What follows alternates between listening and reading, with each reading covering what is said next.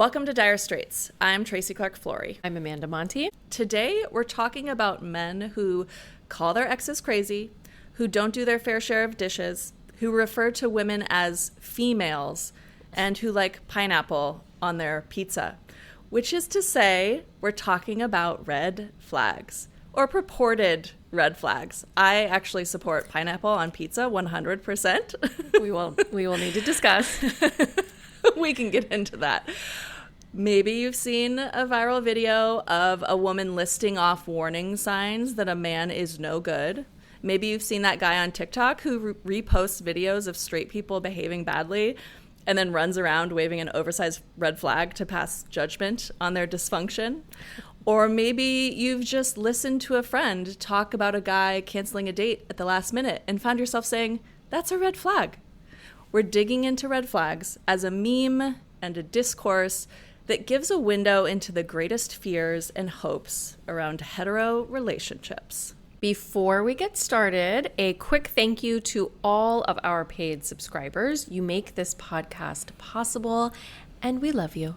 We do. To our free subscribers, thank you so much for listening. This is a free episode, but just a reminder that we're an independent feminist podcast and can only keep doing this work with your support. If you love us as much as we love you, upgrade to a paid subscription today on our Substack at direstraitspod.com. That's straits with a GH. You'll get access to all of our episodes without any paywalls, along with bonus content, live conversations with us and other cool people, and exclusive subscriber chats. One more time, direstraitspod.com. That's straits with a GH. Come hang out.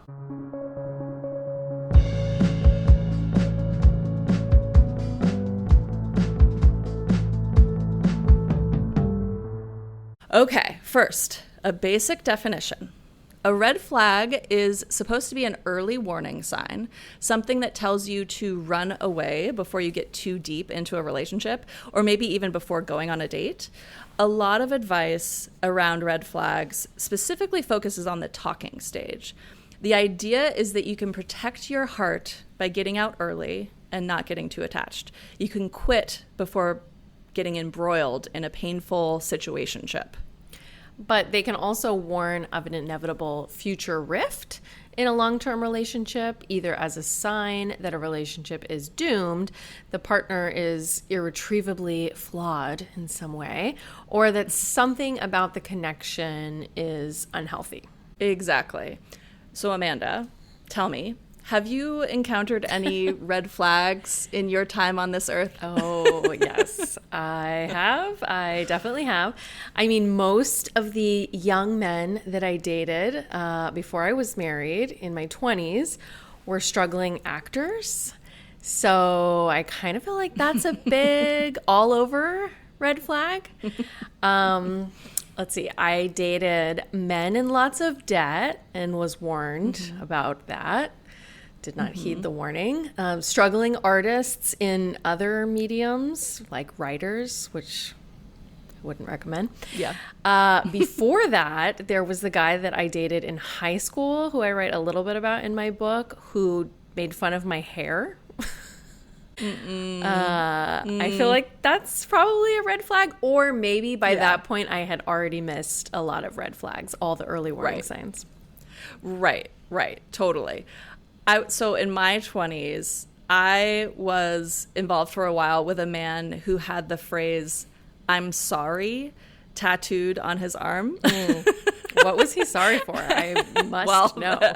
A lot of things. He was just ahead of time just saying, "I'm sorry." He's like, a walking apology is definitely a red flag. Literally, yeah. And so that same man announced very early on that he was trouble. But he also referred to himself as a dildo with a heartbeat. No. That's just not. That is more than a red flag. I mean, right. We need like some kind of. Exactly. That is a burning red flag. Yes. And I mean, this is terrible. I don't know why I admit these things on this podcast, but he also called me by the wrong name during sex. One time. Was that the last straw? No, I was gonna say probably not. I've been there.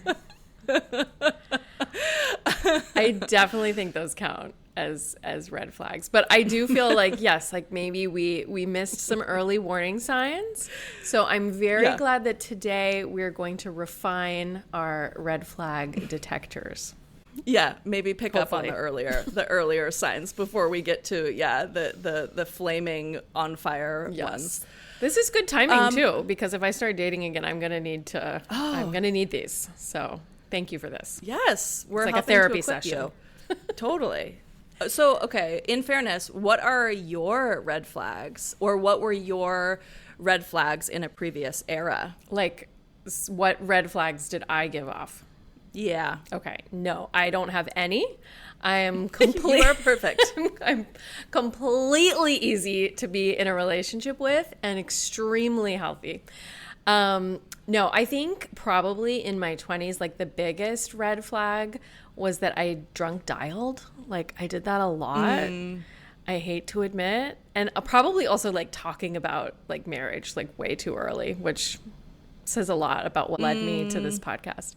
Right. And also probably like putting out on the first date or like too quickly. That's a green flag. Is it? Yes. In my book, it is. Well, in your book, it would be. And maybe in some men's book, although I don't know. I feel like in the 90s, you know, early aughts, like that wasn't that just a red flag? Like you're easy, right? I don't know. I hate that. I do too. I hate that though. I mean, I could see that as a red flag in the sense of like, I think there are times in my 20s when like, you know, having sex right away was actually like a way of, ironically, avoiding intimacy. So like, you know, I would say it can be a red flag in that sense of like, instead of sitting in this place of uncertainty and emotional vulnerability, I was like, let's get to it. Let's get as physically intimate as we possibly can, but kind of avoid the emotional intimacy and the vulnerability of that, which felt much more uncomfortable to me than the physical. Okay, so this is definitely like a therapy session. That is, you're like blowing my mind.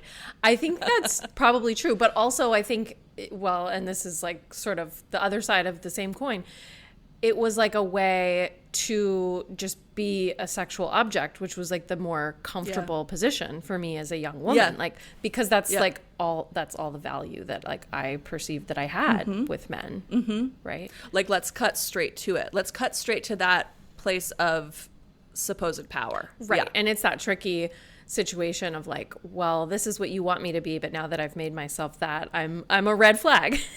I'm too easy, right. You know, that women are stuck in, right? You put out too soon or not enough, and you can't win. Totally. Yes. Yeah, I mean, I would say a lot of my red flags in my 20s were related to that sort of avoidance of intimacy. I mean, I think like, you know, drinking too much, like, you know, trying to like get right into bed, like, yeah, again, like not in a shaming way. I'm not saying that in a shaming way, but saying it in a way of like, I was avoiding actual connection with people. You know, I think one could jump into bed in a way that is not that. But it's also funny though, like liking sex is a red flag. Like, no, I think no, we don't like that. Right. No, we do not like that. Yeah. What about you? I mean, what were your red flags? My red flags were writing about my sex life on the internet in that period. Green flag. A lot. Green flag. I mean, I'm saying, but it would be a red flag for anyone who did not want to be written about, say, in an online essay or a memoir. Any man, but maybe human. Yeah. Although most of those men did react well to being written about, I will say in the end. So I don't know. Green Maybe flag they're fine with for it. them.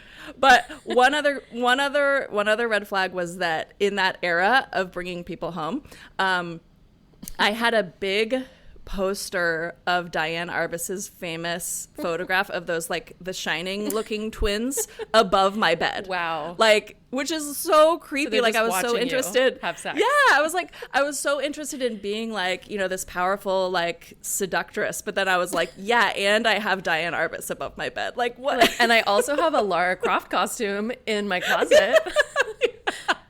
Like, okay, Tracy. I love that we're like really unpacking my like cultural influences on this podcast. I want to know how those connect too. There's like, Tracy loves maps, so I think at some point we'll have to map your cultural influences. How all of these things connect, because I think they do. But that's like that's what was like the persona that you were building at that time. It was like creepy, dark, sexy. Creepy, powerful, sexy, a little like intellectual. Intimacy avoidance. Yes. Yeah. But here we are. Now we're older and wiser. And we've been wanting to do an episode on red flags for a while. And then the T app came out. It went viral this summer as a digital whisper network for women. Yep. Yeah, it not only lets women do background checks on potential dates, but also lets users review men, kind of like Yelp. But instead of stars, you can rank a guy with red or green flags. And the company's copy explicitly says, avoid dating red flag men. I mean, it's very genius, I have to say. Yeah. But this warning system made a lot of men angry, which is probably not surprising at all. Yep. Yeah. Days after the app went viral, it was hacked. Thousands of user photos and IDs were leaked online.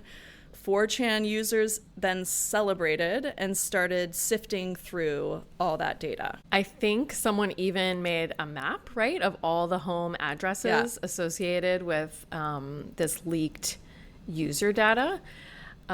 So the red flag system like really delivered, right? I mean, these red flag men really kind of delivered on their red flaggedness. Yeah. Is that, can we coin that? Rolls off the tongue. Workshop that. We're really good at coining terms on this podcast. we keep trying. Yeah. Yeah, to me it was a testament to women's desire to protect themselves, both physically and emotionally in the dating world. Like the app went viral for a reason. Totally. Yeah. Right. I mean, and these women were wanting to screen for men who, you know, might have had a violent past, right? But they were also trying to avoid men who had like a reputation for emotionally shitty behavior, like, you know, ghosting or time wasting. So like lesser offenses for sure. And you know, I saw a lot of criticism about this because it kind of lumped abusive men together with like your average, like mediocre straight guy issues. But I don't know. I feel like people, perhaps men especially, straight men especially, will always find a way to, you know, further attack women for trying to protect themselves. That's like a cultural default position. Yeah. Yeah, I think the hack was a testament to some men's desire to punish women for trying to protect themselves from these risks, right? Yeah. And it's worth noting, too, that this app arose in the context of a growing gender divide and increasingly strained gender relations, a sex and relationship recession, all the reasons that we are here doing this podcast, and an era of general unhappiness among women about dating men, not to mention under our increasingly autocratic, oligarchical, whatever authoritarian you want to call it, blatantly male supremacist American regime. Yeah. And you know, it went viral after Trump's election, after the 4B meme took off in the US, after all the discourse around decentering men and going boy sober, but also the overturn of Roe v. Wade, rising anti-feminism, all of it. So like in the midst of all this resistance and refusal and danger, here comes an app that promises to help women navigate these treacherous waters, these dire straits, if you will. And the men are like, nope, no safety for you, ladies. Sorry.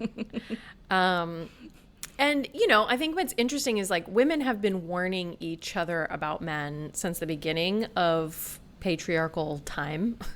So in that sense, like this app is just sort of a digital version of that, of gossip and information sharing, which has always been important to women's survival in societies with gender-based violence, you know, societies like ours. Totally. Yeah. And interestingly, the app was not founded by a woman. It was founded by a man, Sean Cook, who says he was distressed by his mom's bad experience with online dating. But yes, the concept of red flags did not emerge yesterday.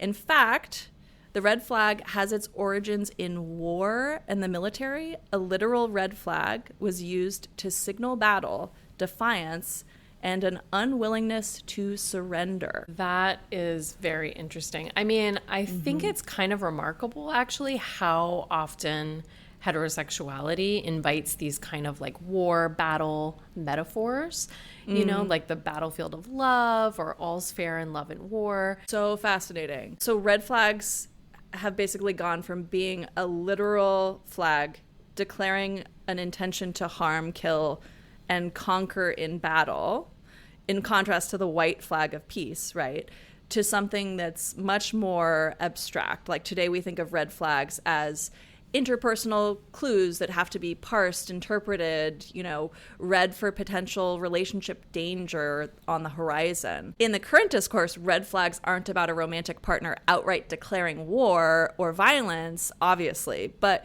you could say that they're about detecting men's warlike intentions, right? There is this sense of a gender war, sometimes with contemporary red flag discourse. Yes, I think that's true. And at least that seems to be how red flags applied to men by women. So women's red flags for men are often interpreted today. But I've always viewed them more as like a system of defense against this ongoing war against women. They're being defensive rather than offensive. However, I think we often see that cultural misinterpretation, you know, where women are framed as offensive, as creating a gender war, as being on the attack, which I think is important to note. Yeah. Right, yeah. Like the reality is that we're talking about signs that a man will try to conquer, control, suppress, and even abuse a woman down the line. Right. And that's definitely true when you think of how the term red flags gained popularity in dating and relationship discourse in the 90s. The advice columnist Ann Landers wrote about red flags in the context of women watching for signs of abuse. But the idea of women watching for warning signs of bad behavior in men, of course, showed up earlier.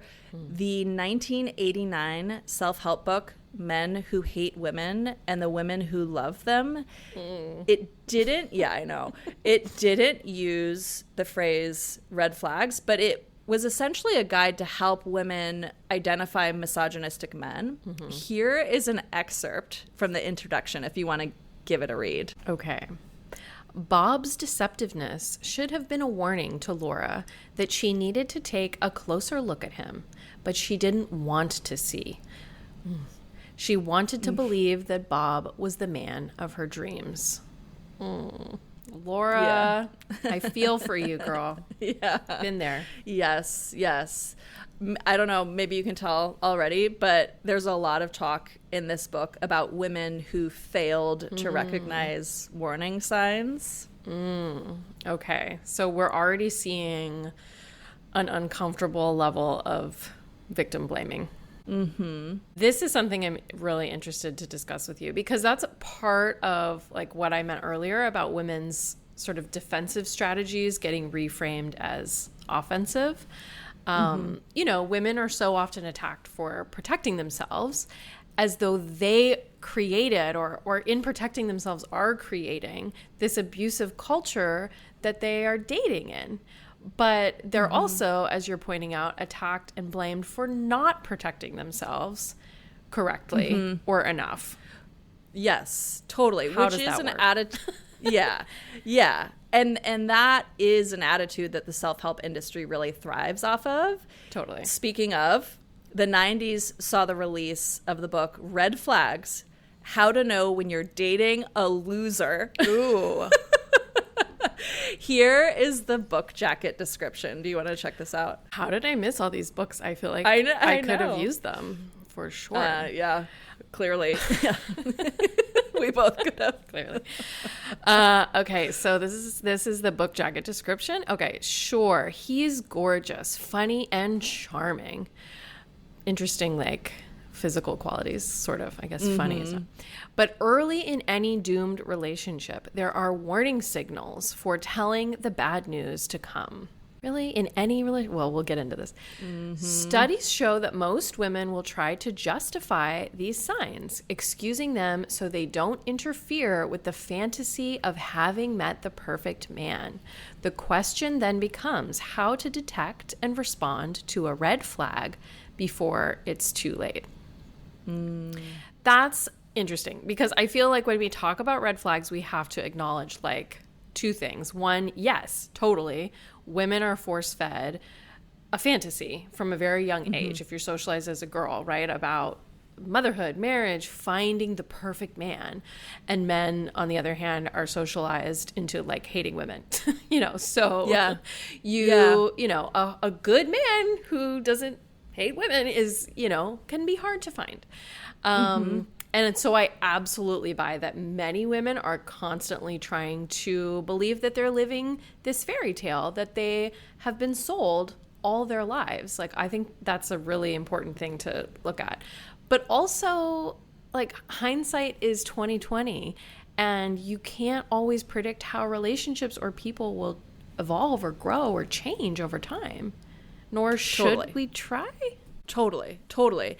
And yet this book warns women, don't get caught in a relationship with a man who wants to take advantage of you, control you, or reduce your self-esteem to rubble.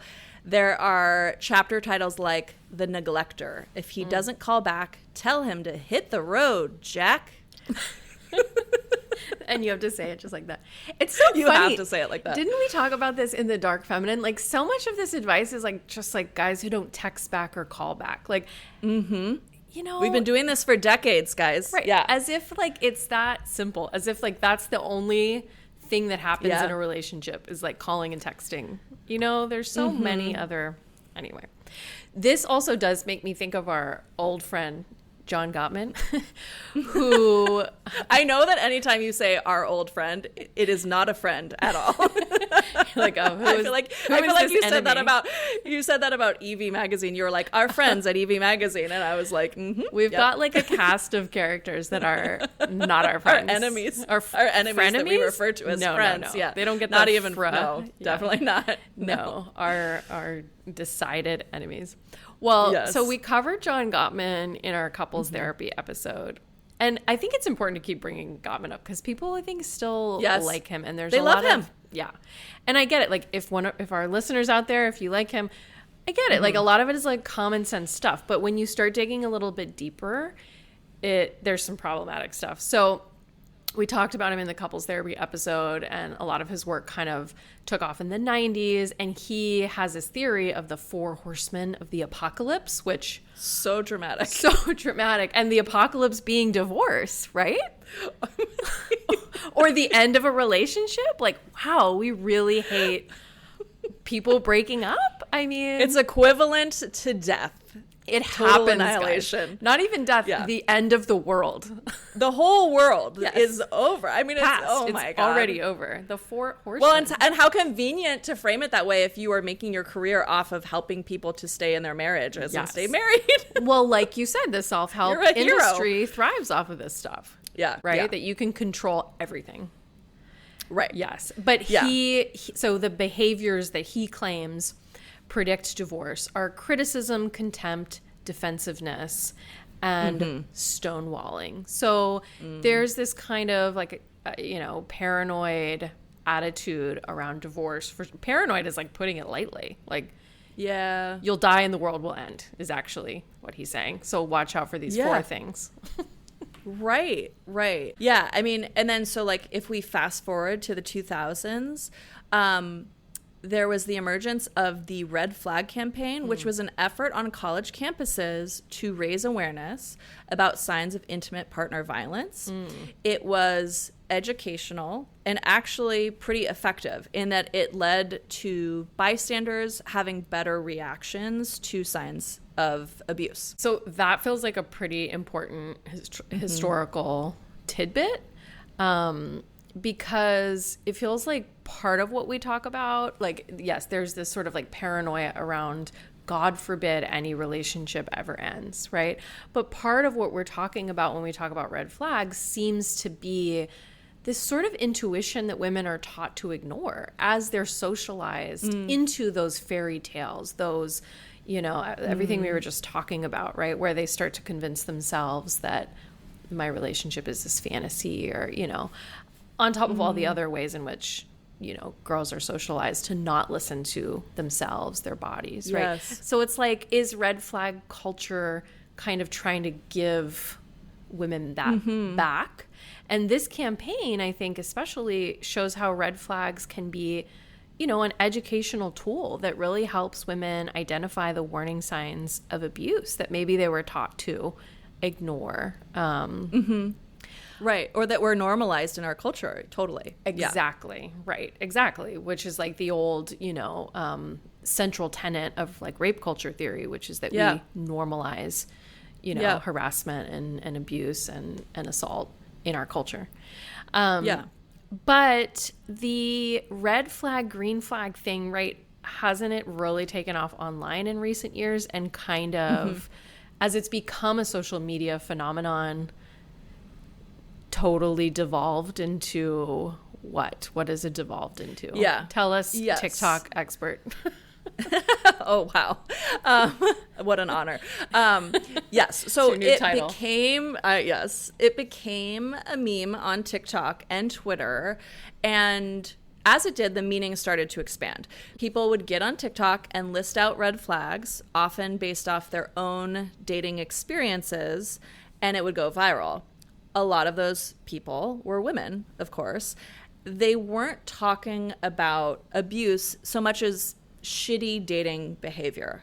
A lot of that shitty behavior had to do with men being entitled, inconsistent, unavailable, manipulative, dishonest, that kind of thing. All not great qualities, but also financially unstable, right? Doesn't that come up? Yeah. I mean, it reminds me kind of the ick lists, which are also kind of a social media phenomenon that I wrote about last year in a series that I did on the language of love in pop culture. And as I wrote then, like, if it's possible to define the ick, because what happens with these phenomenons, right, is that everyone's kind of interpreting it differently.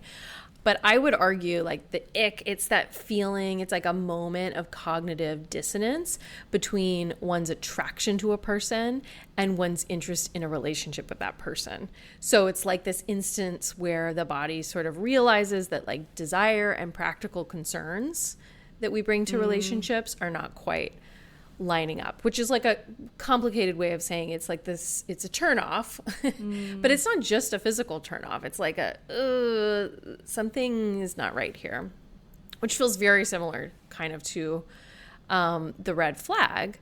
But it's also become just as much like, online at least, women sort of comically sorting through and harshly judging men. And so, you know, as I wrote in that ick piece, like, I think this trend sort of points toward a general cognitive dissonance that's really characteristic of heterosexuality today. Like, I'm attracted to you, but I don't like you, or there's something that is off-putting about you or frightens me about you. One thing that I think is important to note, at least about the ick, and I would imagine this comes up in red flag discourse, which is like sort of, you know, so close to this sort of like ick trend, is that there's a lot of racist and classist assumptions that come up in these ick lists.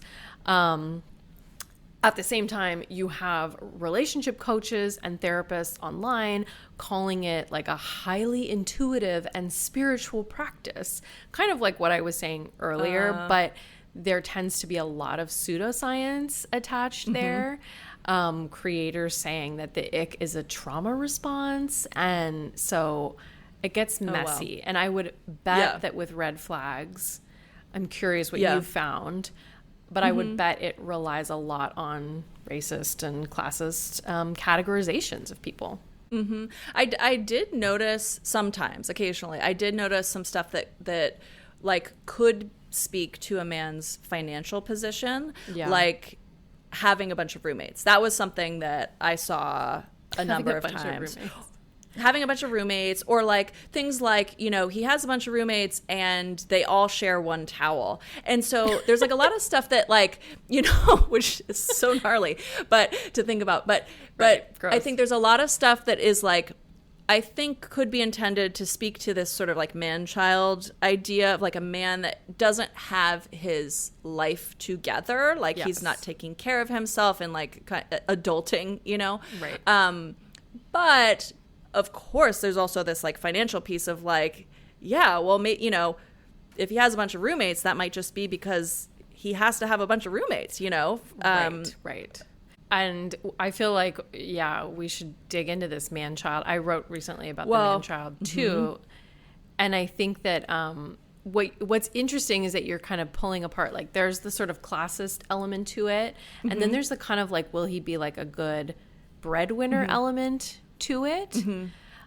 Which seems to play off of a lot of traditional assumptions about like long-term partnership, right? Yeah. Like, is he going to be a good husband who will provide for me? Well, this, it's so funny, like the roommates thing, it's reminding me of The Materialists, the Pedro Pascal, Chris Evans, Dakota Johnson movie. Which I haven't which was seen. Terrible. Don't see it. Because you told me it was so bad. Do not. Yeah. It's so bad. But Chris Evans' character, he's supposed to be a struggling actor. Speaking of all your struggling actors in your past. Hi, guys. Yeah, thanks for listening. He has a bunch of roommates and he lives in this like gnarly small apartment. Of course that's, he does. You know, they don't like take care of it, right? So it's like, it's both the fact that he has roommates, which is seen as this marker of, you know, not having grown up and taken adult responsibility. Right. But then they're also like, you know, leaving like used condoms on the floor. So there's like a level of just like, you know, childishness of like not caring for their space, right? And then he's positioned opposite the Pedro Pascal character, who's like a multi-millionaire, you know, and has an amazing, crazy, like, you know, penthouse apartment in Manhattan. And so these like, clearly these are very popular sort of symbols of, is he a ready for marriage material? Exactly. Yeah, Jinx. Essentially. That's what it comes down to, Totally. right? It's about like these considerations around that long-term financial partnership, which is the whole movie is about that, and is about her ultimately choosing the struggling actor over the rich guy. But he also has to like promise that he's going to like take some more gigs and try to make some more money in order to end up together and get married. Right. They get married. It's not going to work out. Right. I just find like all those sort of like masculine tropes, we need to unpack them somehow. We need to do like a whole episode on those. Yeah. Right. Well, I mean, I think we can kind of a little bit unpack them, just like looking at some examples of popular red flag themes. I actually like jotted down a list. So, okay. He can't talk about his emotions. Oh, man-child. Doesn't return texts. That's also in the man-child song, by the way, the not returning texts. Doesn't follow through. That's a big one. Love right now. bombs. Yeah. Love bombs. Criticizes or makes fun of feminism. No, out. He's out. Oh, well, yeah. Calls women females. Nope. Yeah. No. Is mean to waiters. Not cool. I was aware though, so absolutely the worst. Yeah. Yeah, it's a terrible, I mean, and that's just like, for any person, gender is irrelevant. If they are mean to waiters, Right. No, you should have to work in the service industry before you can be an adult. Yeah. Okay. Yes. Check. Red flag. Okay. Won't go to therapy. Oh, that's gosh, a big one. So that's much one of to the say. biggest ones. One of the biggest ones that I've seen. Women begging men to go to therapy, is this like an episode? There is so much going on there. It's like such a thing right now. I know. There's a lot there. Go to therapy. One more is he listens to Joe Rogan. Oh yeah. Total red flag. Yeah. Okay. I want to play us a clip from another popular red flag video. You're talking to someone and they sound perfect. And then you get onto the topic of exes and they tell you that all of their exes were crazy. Red flag. Okay, second of all, if somebody tells you something along the lines of, oh, you're too good for me, you deserve better, you're so out of my league, baby, believe them. I mean, the first one, this is not a paywalled episode, so I don't know how much I want to say, but I will just say that I have had experience with that first one. The man calling the exes crazy, and then that playing out later. With you, that you became crazy in his eyes? Yes. Yeah. Hence the... It feels inevitable, right? Feels like that's just, foreshadowing. I have had experience with the second one where she was saying, you know, if a man tells you that you're too good for him, believe him. Oh, yeah. The I'm sorry guy, he definitely said, like, what are you doing with me? You're too good for me. Like, why are you hanging out with, this mess? Like, he was very like what is that? Self-deprecating. Insult himself. Like, it was very self-deprecating. Like, and I don't know. I think I've somehow found it like charming and flattering, instead of, because it means like, you're so disturbing. Right. Right. And obviously you were too good for him.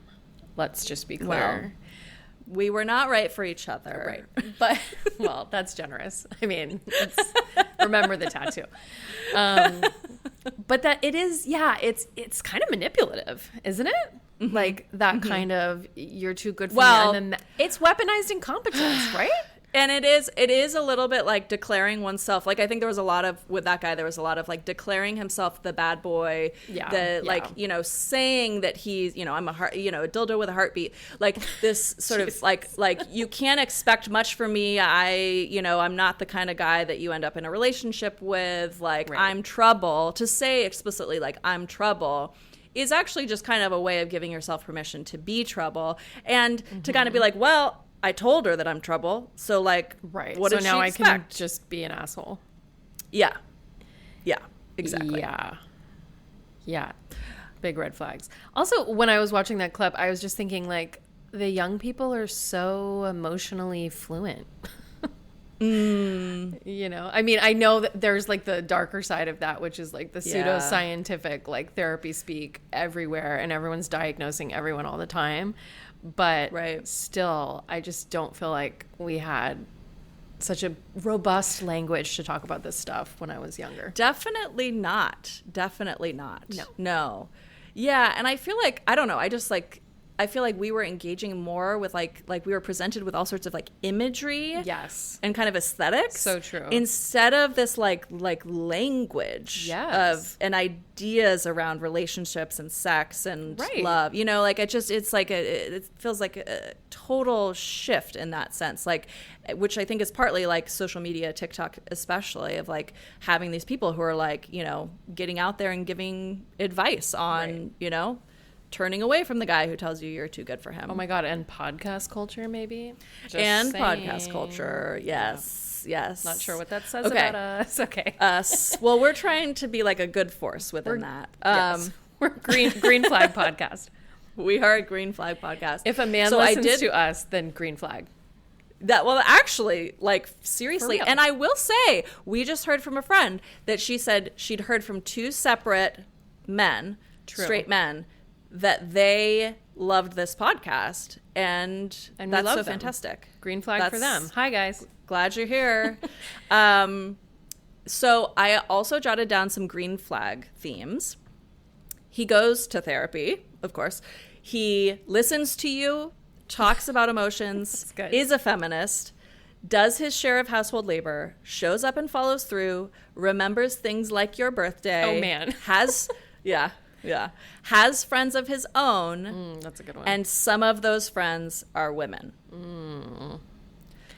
I mean, to me, it's like the bar is really low. It's pretty low. Like, talks about it, listens. Like, he has ears. And maybe also that's kind of like ableist. Yeah. Yeah. Yeah, it's really but see, a lot of these things are like, okay, is a feminist, but let's see how that plays out 10 years later.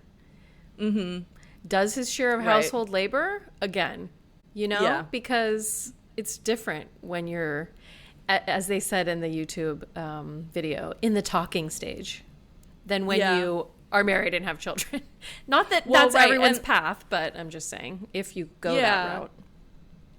Right. Yeah. I mean, so there is that piece of like this sort of like, is there like a false sense of like security that's being sold here where you're like, oh, well, if he says he's a feminist, then he is a feminist and will act like a feminist and it's going to be all good, which like, clearly that doesn't always play out that way. Right. I do find it interesting, like looking at these green flags, because I think it really shows that like when women are talking about green flags, red flags, like they aren't talking about their wildest romantic dreams. They're talking about basic, humanity. Equitable companionship and humanity. Right. Yes. I mean, I think what fascinates me here too is like the parallels between how women are talking about good partners here, right? Which is, like you said, a pretty like low baseline, sense of effort. And then what we're seeing in like the current marriage and divorce discourse, and we're going to be doing an episode on divorce next, right? There is like this real sense that women need to like hone their picker, and like find, to use your term, hetero exceptional men, right? The golden... what is it? The golden goose, right? Which means there's not a lot of nuance, right? So there's this sense that there's like good men and bad men, and you need to check out the field and like, make sure that you don't pick one of the bad guys. And on the one hand, like that seems to kind of play off of like ideas about like soulmates and twin flames, which is like very of this era, or the perfect match, right? It's a whole dating show, Perfect Match. But then, like, what about the guys who are really great to start out? They're feminists. They do the household labor, supposedly. They listen to you, right? And then, you get into a heterosexual marriage. You maybe have children. Or just, like, time passes and, things look different. Part of what happens is like there are these other broader cultural systemic factors that come into play, right? Where you can be honing your picker and paying attention to all the red flags. Right. And like, so there is, I think, a false sense of security or kind of power, because there's only so much that the red flags can really kind of do for you. Right. I also think it's telling to look at red flags that men list for women. Okay. We're going to look at them? I'm scared. I know, yeah. There are some things that mirror some of the red flags for men, like narcissism and gaslighting, but it's also things like she's clingy, controlling, crazy, and tries to change you. So, like, going back to the, like, women trying to get men to go to therapy, right? Right, which is not trying to change someone, just for the record. It's like a helping gesture. Right. Yeah, and interesting because, like, what you're mentioning, right, these are red flags that are playing on just gender stereotypes, like the general pathologization of women in relationships, right? The crazy women, right? The controlling women who also like ever care about themselves and their own needs are kind of always deemed narcissists. Or the women who take on all the household labor, they're control freaks, right? Well, they're the only one doing the thing, right? And so on. Yeah. Right. Yeah, and so like if you're labeling like, a woman trying to change you as a red flag, like, you can kind of pluck that out and be like, oh, well, see that, she's telling me I should go to therapy, like she's trying to change me, that's a red flag. Right. I think maybe it's worth saying that we're not arguing that women can't be shitty or toxic in relationships. Of course we can be shitty. But, you know, I think also we're not like suggesting that like shittiness is restricted to hetero relationships, but this red flag culture is distinctly gendered, I think we can say, and primarily aimed at hetero relationships. Yes. I also think it's important that we say that like studies show that men are more likely to be abusive and shitty in relationships. You know, homes are the most dangerous place to be a woman. 1 in 4 women experience intimate partner violence compared to 1 in 13 men. We have, you know, and I think a couple episodes now, you know, cited that the studies that show that single women are happier than married women. You know, they tend to be happier than married women, while men tend to be happier when married. So we definitely live in a culture where it's more unsafe to be a woman in a relationship with a man than the other way around. And that it's often more beneficial for men to be, especially in like marital partnered relationships with women. It doesn't mean women can't be shitty, and also like hashtag not all men, especially for our male listeners. We love you. But it's more than reasonable that women would want to create a system or some kind of inside language or a whisper network, even an app to protect themselves. Yeah, totally. And the red flags that men create for women often reflect that culture of men's dominance. On Reddit, I found a popular thread. Yeah, I know, Reddit. Where women are telling each other to look out for red flags that a man is red-pilled or deep in the manosphere. This one poster gives some lines to look out for. Do you want to give these a read? What do you bring to the table? What's your body count? Women over 30 have low value on the dating market. Boo. Modern feminism has destroyed relationships. Boo. Andrew Tate actually makes some good points. Oh yeah, that's a red flag. Yeah, I mean, I feel like in this case, this is like an educational tool, right? Like these women are sharing information and they're saying to each other, like, this is the language that is used in areas of the internet where men explicitly hate women and want to control and dominate them. Yeah. Beware. Yes. Yeah. And I think some of this is like, well, do we really need to warn women about, like, you know, if a guy likes Andrew Tate, like, but there's also like this same poster pointed to some terms to look out for, some of which I think, you know, might kind of pass under the radar. Yeah. She mentioned alpha males, simps, high value man, looking for a traditional woman. Oh, here's another one. Like, this is, I think she's specifically saying, like, if you run into this language on a dating app, on his profile, run away. Yes. Don't swipe if you're easily offended. Oh, what does that mean? Like, I just say whatever I want. Oh, he's just, he's like a heterodox thinker who just like says what he thinks, you know, PC culture. Just want peace, no drama queens. That's a weird one. The phrase hustle culture, and then of course the Matrix. The Matrix. He mentions the Matrix. I don't get the hustle culture thing.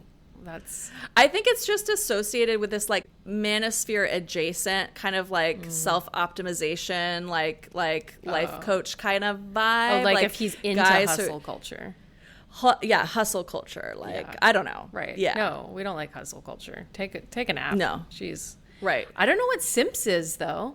Oh, well, there's like simps. Oh, I want to give like a good, hold on. Even like the high value man or alpha males, like some of these terms, I actually hope we can like break some of these down on the podcast because, you know, I know you've studied this stuff a lot and, you know, and I have as well, but they're not as much as you have. And so there's like still terminology that I'm like, I don't really even understand like what this worldview is. So it seems great that, you know, women are like, hey, if men are using these phrases, like it's signaling their political beliefs. Like they don't see you as human. So yeah, run. Right. I just looked up simp because like I had a vague sense of it, but I want to make sure I give a good definition. So I just did a Google search and it says, while simping is more commonly used to describe men who excessively pursue women, the term can also be applied to women who exhibit similar behavior. But typically it's applied to men who are pursuing women, who are devoted to women, who seem to like them too much, which actually makes me think of, we had a man who listens to the podcast said to me, we should talk about whether the term pussy whipped is still in action. And it actually occurs to me that term. Whoa, I remember that term. This is maybe a kind of update on that term of like that simping is like a version of being pussy whipped, right? That's so interesting. I haven't thought about that term in so long, and it's so messy. I mean, awful. Yeah. So again, I mean, I think it's this. Yeah, this is like, here is the language of alt-right misogyny. Watch out. Like, yes, great. yes, totally. Red flag. Totally.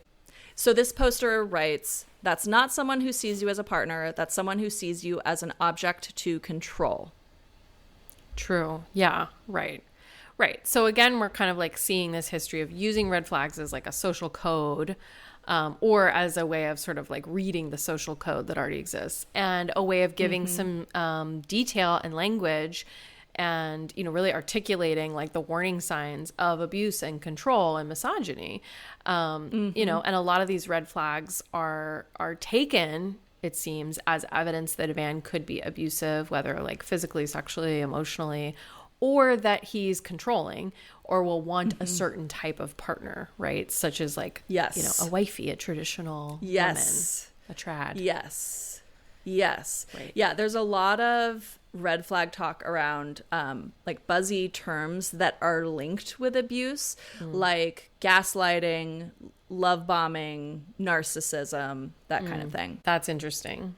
Yeah, I mean, those terms feel to me like a little less precise than the ones that are like pulled sort of directly from the manosphere, which like almost certainly signal that a man has been indoctrinated into seeing women a certain way, like subordinate, less than, and that those men would demand a certain kind of oppressive or unequal relationship dynamic. Whereas like even love bombing, even though that comes from like the sort of language around abuse, but gaslighting, narcissism, like that therapy speak feels like it's tossed around pretty loosely and uncarefully in the culture, like generally speaking. So that, I don't know, that feels a little different. Well, right. And so even if people are pointing to red flags that are more precise, like, and then saying like, this is a symbol, this is a sign of love bombing. Yeah.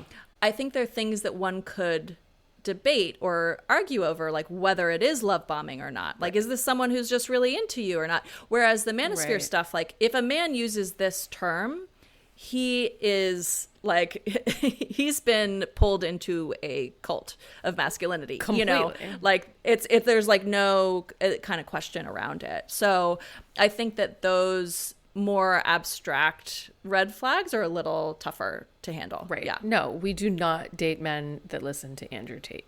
Yeah. They're like very Full clear, stop. Hard and fast. Yeah, exactly. Right. Whereas he's love bombing you, like, is he? Or, you know, yeah. Right.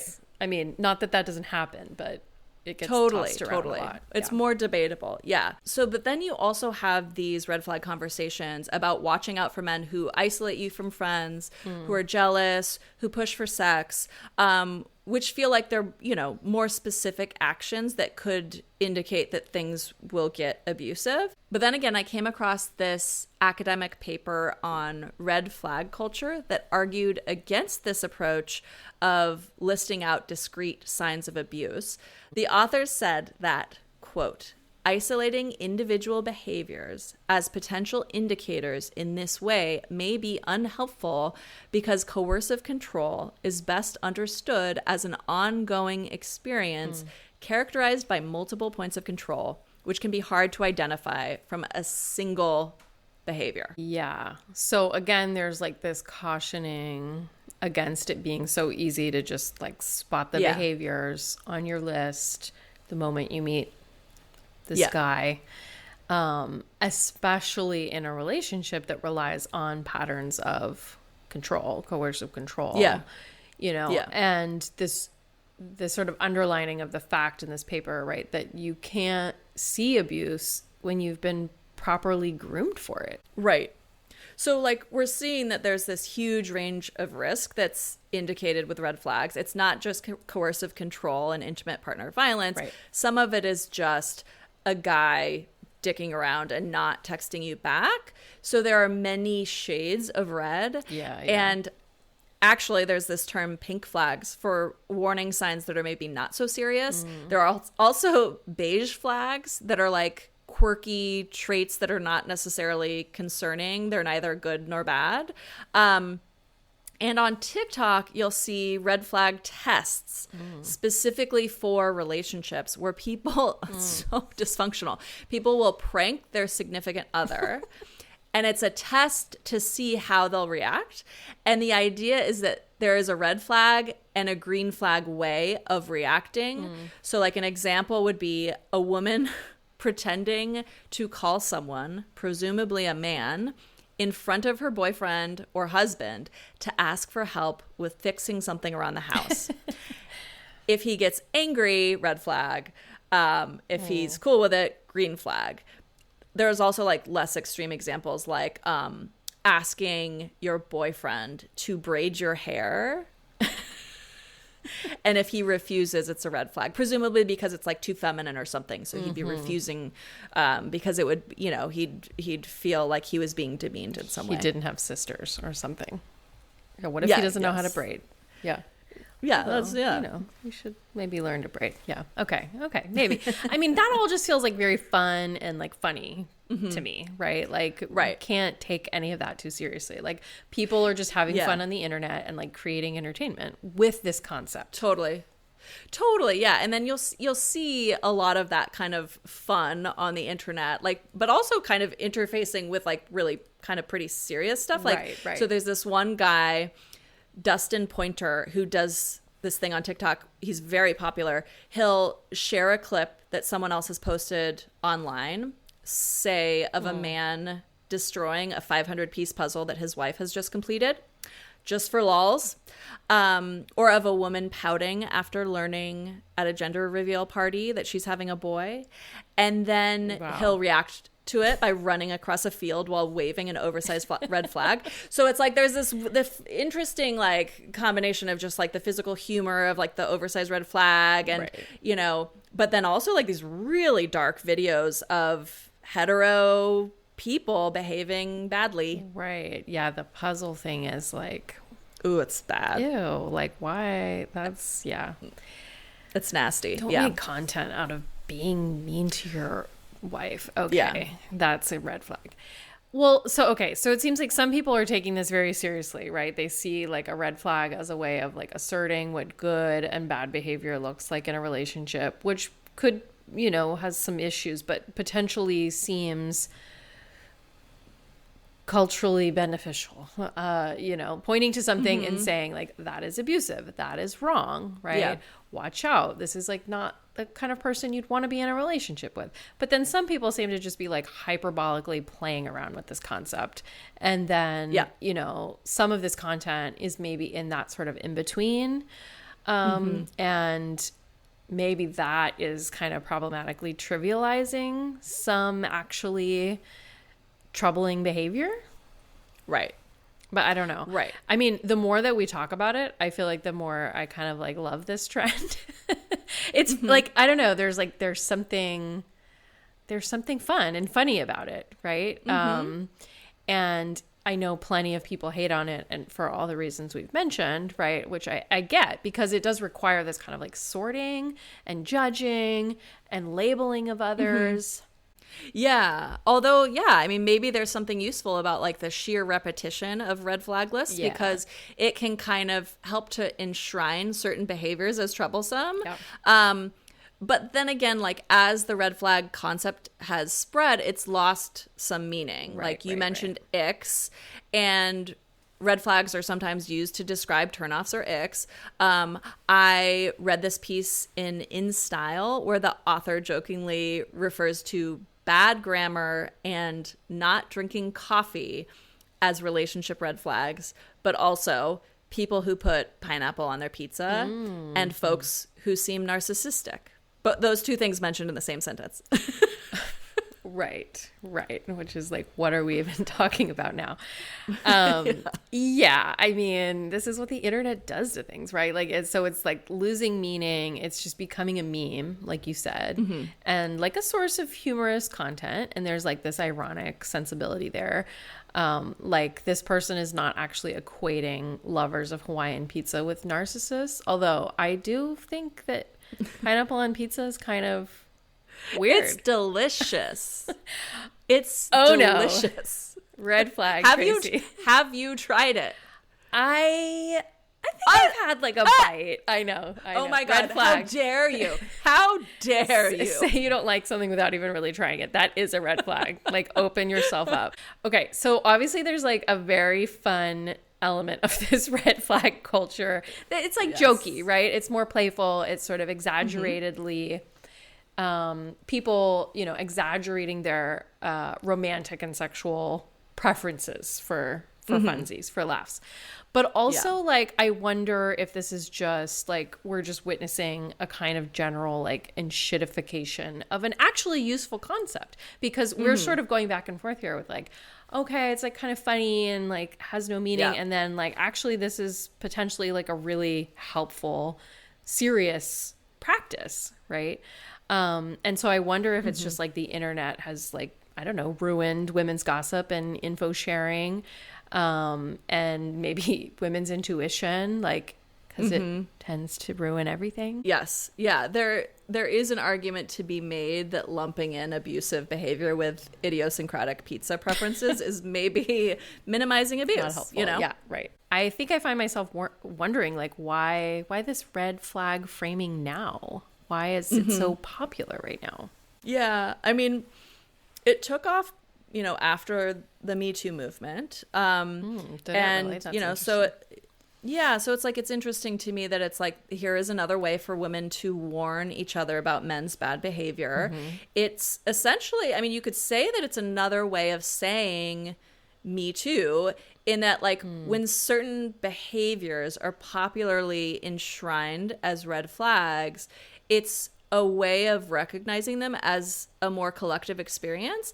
And I wonder if that might actually help us to see this broad spectrum of experience, everything from heartbreak to abuse, within a broader systemic context. Yes, I love that framing. And, it has me thinking, I've been wanting to do like an episode on Me Too and sort of its legacy, but it has me thinking about a lot of critiques of Me Too, which is that it was like too carceral, too punishing, which is kind of making me think back to what we were saying at the opening of the show about how whenever women are protecting themselves, it seems to get reframed as them being on the offensive, as them in attack mode, as them punishing, right? So we're focusing on what women are doing wrong, right? Rather than on the men who are abusing women, right? Right. Yeah. So there's something interesting there about kind of that, taking that legacy of Me Too. I mean, it also seems like very related to kind of just dating culture today. Yeah. Yes. Totally. Yeah. Like swipe-based dating culture. I mean, I've been thinking about, like, how is this a response to, like, this world that we're living in of, like, quick decisions and endless choice on the apps? Also, like, does it speak to the difficulty of trying to get to know strangers outside of a known context? Like, instead of dating someone who's, you've met through a friend or something like that, like it's a virtual stranger that you met on the apps. Right. You don't have that element of, like, social approval and pre-vetting. And so therefore do, like, red flags, green flags become, like a tool, a hopefully helpful tool for kind of contextualizing this person, like, and trying to kind of, like, get an early sense of whether there's someone you actually want to get involved with. I think that's so important. I mean, I've been thinking about this a lot, like, because before I was married, obviously I was not on apps because we didn't have apps. Oh my God. Right? Yeah. And so now I'm thinking like, do I even want to, I don't know. It feels like a lot. And part of that is just like meeting up with strangers, right? And then I also don't want to have that like paranoia, about people that has been like very heavily critiqued during this sort of like moment of this gender divide, right? That like too many women are hetero terrified, whatever, like, beyond hetero pessimist, right? They just kind of see all men as potential abusers, right? But I appreciate what you're saying, that it's like, well, when you are meeting someone and you have no context, it is helpful to notice kind of like some of those early reveals maybe about who they could be. And then I could also see that it is like potentially problematic, right? Because you maybe are judging someone too quickly or whatever.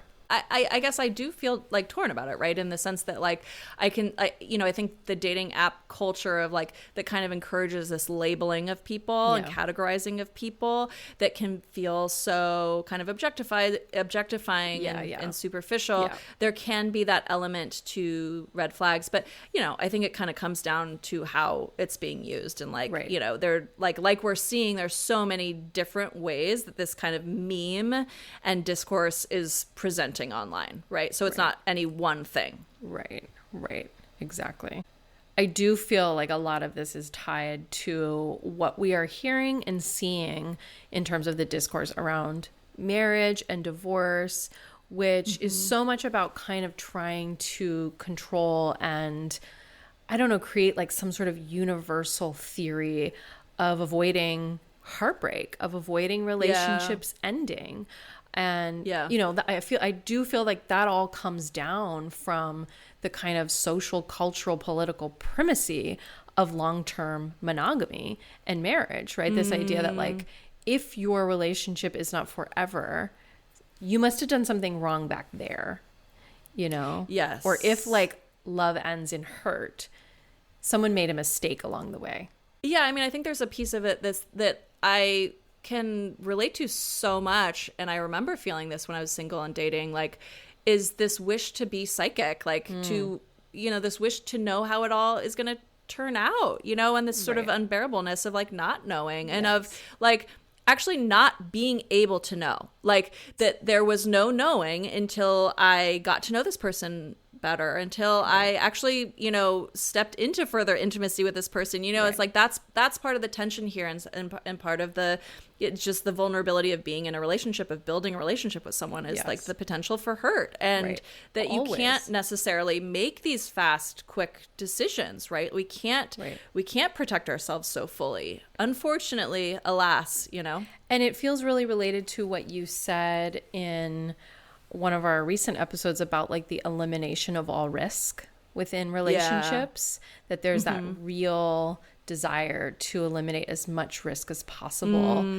And I really feel like that is like deeply held divorce stigma, like no, it doesn't matter if you've been married 20, 30 years, you don't know what's going to happen around the bend, right? So it's just fascinating to me to see married people like really double down on these concepts. It seems to come from like that scared place of like, what would happen if life in 5 years, 1 year, 10 years looked different than what I imagined it would look like. Like we have like this cultural just like fear of change and uncertainty. And then of course there's all the kind of patriarchal stuff that is threaded throughout this red flag discourse. Totally. Yeah. I mean, it feels like another instance of women trying to navigate the realities of dating in patriarchy, whether it's like traditional dating advice books, like he's just not that into you, or like, dark feminine influencers who are teaching women how to use their sex appeal to manipulate men into better behavior, Right. Exactly. I want to come back to the victim blaming piece here.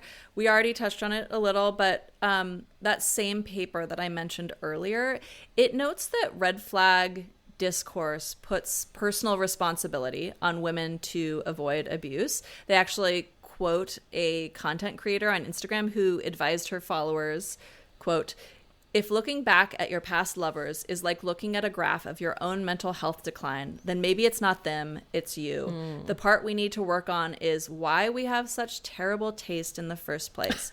You are responsible for your own future happiness, and you will not find that in the arms of a man who is a carbon copy of all your exes. Stop repeating patterns. Fix yourself and break the chain." Wow.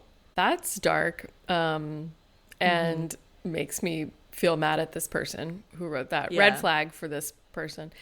I don't know. I mean, at the same time, I guess we see a lot of this thinking in the culture right now.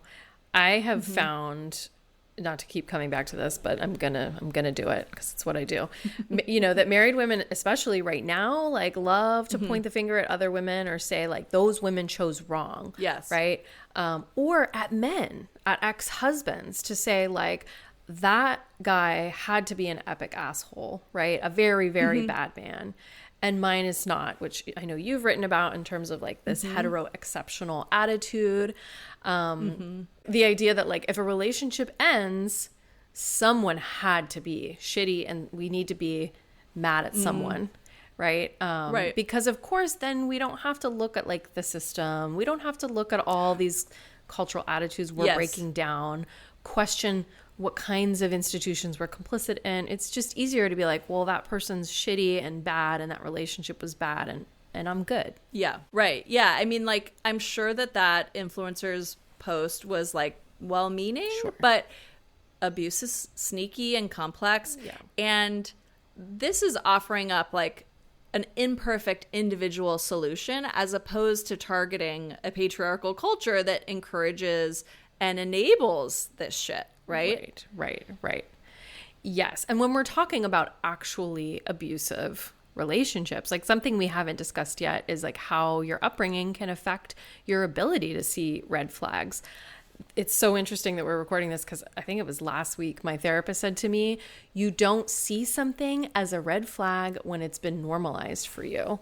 Oh, wow. Which is, kind of what we mentioned earlier in terms of what the culture normalizes. But this can happen like in your childhood too, right? Which of course there's cultural influences there. It's not just like whatever mom did. Yeah. Right.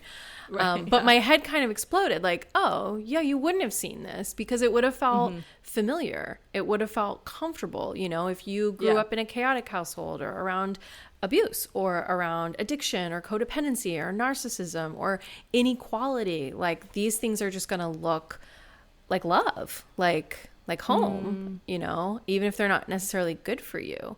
Yeah. And that paper notes, in addition, even assuming the abusive behaviors are overt, being a victim of abuse is different from describing it abstractly. For these reasons, structuring dating advice around simply being in the know about red flags is problematic. Right. Yeah. The advice can only take you so far. Yeah. Yeah.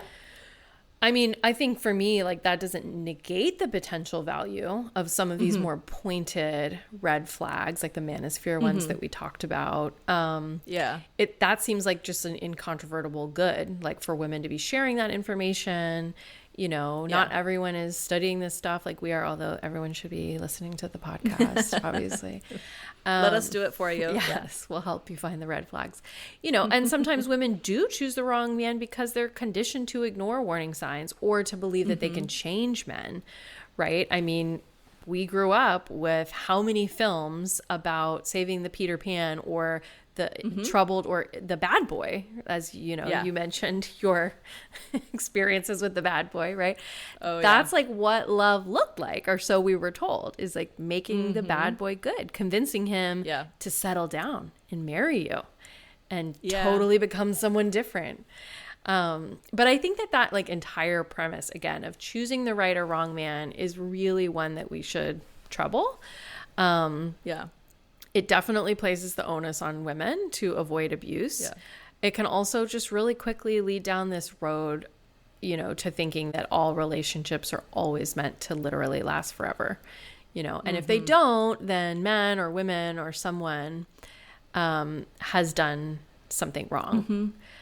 This idea of red flags, of a warning system, exists at least in part to help you make a bet on the right man and enter into lifelong married monogamy, basically.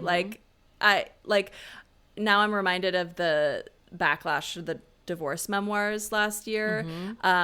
Some critics felt that these women had simply chosen poorly, like you mentioned, the honing your picker thing. They argued that it was these women's fault for not picking a good man. Never mind that so many of those books actually tapped into widespread systemic problems as opposed to individual idiosyncratic relational issues. Like Liz Lenz wrote about her husband failing to take out the trash as a final straw for her, and that was both his personal failing and part of a broader cultural phenomenon in which women shoulder more of the household labor, right? Right. I always feel like those critiques too are like a pretty thinly veiled gesture on the part of the critic to say, like, as you pointed out, like, my man takes out the trash, I picked a good one. And I've actually seen this kind of recently explicitly laid out in a lot of recent writing about marriage, that implication that women choose to divorce are subhuman, evil anti-feminists, and there are plenty of those men lurking around, and like I said, like, let's warn young women about these guys. But there's also plenty of men in our generation, I think, especially there's interesting things going on, who were simply socialized in a patriarchal society and then have these like blind spots or who struggle with the demands of what it means to be a man and provide in a capitalist society, and who just don't even really know, like, or maybe don't care enough what it would mean to be a better ally to women. And I would even go so far as to say that I think that impulse, that kind of criticism, to talk about choosing the good or bad man, or say that marriages only work with good men, these great men who really understand women, that's a kind of anti-feminist impulse, because I feel like it implies that marriage and long-term monogamy are above critique, and that heterosexuality as an institution is above critique. That is so interesting. Also, like, there are other things that end relationships, I think there was a lot of gendered stuff that ended my marriage, but there was also, grief that changed us, and a pandemic, and, political, social stuff, economic stuff, but also existential stuff, and two people who wanted similar things and then realized they wanted different things. And, there's historically specific stuff, I think, in every relationship. And then there's just somewhat like timeless human stuff. Right. Which you are not necessarily able to predict or foretell, Totally. With a list of red flags. If only. Yeah. I mean, for me, I guess we're left with this question of whether the red flag discourse is doing good by counteracting the kinds of toxic dating norms and social conditioning that pervades our culture, or is putting pressure on women to optimize their romantic choices as a means of being funneled into lifelong marriage. But also, like, is it pressuring women to change themselves and their own behavior as the culture continues to be totally fucked? Is it our responsibility to avoid shitty men? Is this turning a cultural problem into a personal problem? I think those are such good questions. I mean, can it be all of the above? Like, I think we consume the red flag discourse critically. I would hope we could do that, and learn to kind of recognize, when is this hyperbole and humor? And when is it getting like a little woo-woo and essentialist and pseudoscientific and talking about the divine feminine and masculine, or whatever it's doing, versus when it's something worth paying attention to. Yeah. And I know something that we're going to keep talking about is whether it's so simple to separate the individual from the cultural and the political, right? Yes. Right. Like, does having strategies for navigating an unequal culture, is that individualistic, right? Or is it just common sense and something that women have done for centuries? I don't think self-protection is individualistic. But it seems like the red flags are the most meaningful when they're helping us to see exactly how individuals are influenced by political and social beliefs and systems and trends, you know, and how that could be a danger to real human connection. And I would hope that we can self-protect and help each other protect ourselves without blaming women for then literally everything. Literally everything. I would love to see us lean into red flags as a way of recognizing our shared experiences with dating and love and sexing in patriarchy, right? Unfortunately, I think on that note we have to end. It's a good note. Yeah, I think it's a good note. Yeah. Dating and loving and sexing in patriarchy. If you liked this episode, you can upgrade to a paid subscription for just $8 a month. You will help make this podcast possible, and you'll get a bunch of great perks. Head over to our Substack at direstraitspod.com. That's straights with a GH. Just know that upgrading to paid is a green flag in my book. Huge green flag. Get all the men to pay us.